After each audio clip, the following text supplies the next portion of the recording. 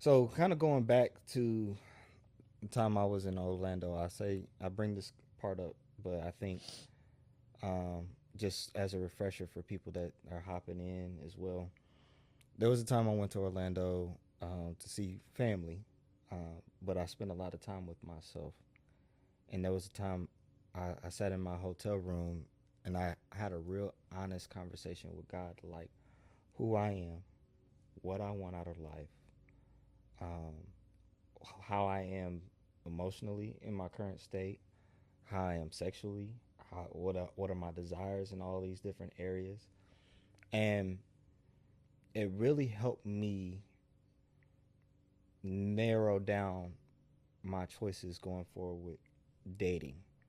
Like I was talking to you and I was talking to someone else kinda, but like it helped me realize like okay, it's very clear that this is the one that I need to put my time and energy to.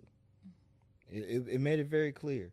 And this is why we say seek God first. And when like seeking God first is not always just okay, do what the Bible says just so that you can be a perfect person. We talked about Mm. being perfect earlier. No, It's impossible. it seeking God first is okay, I am human and I make mistakes. I make some bad decisions sometimes and you got to be honest with yourself. How do you want me to walk when I approach a beautiful woman? How do you want me to walk when I approach a handsome man? How do you want me to walk when we're talking about where we're going to live in life? Am I ready to move to another city? Am I ready to move to another state? Are we happy being here in the same city? Is Mm. do he have to move? Does she have to move? Mm. You know, how do I handle that, God?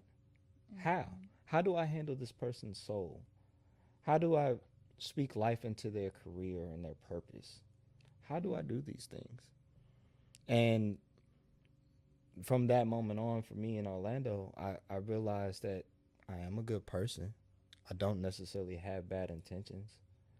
I just know that I am a very particular person, the way that God made me to be.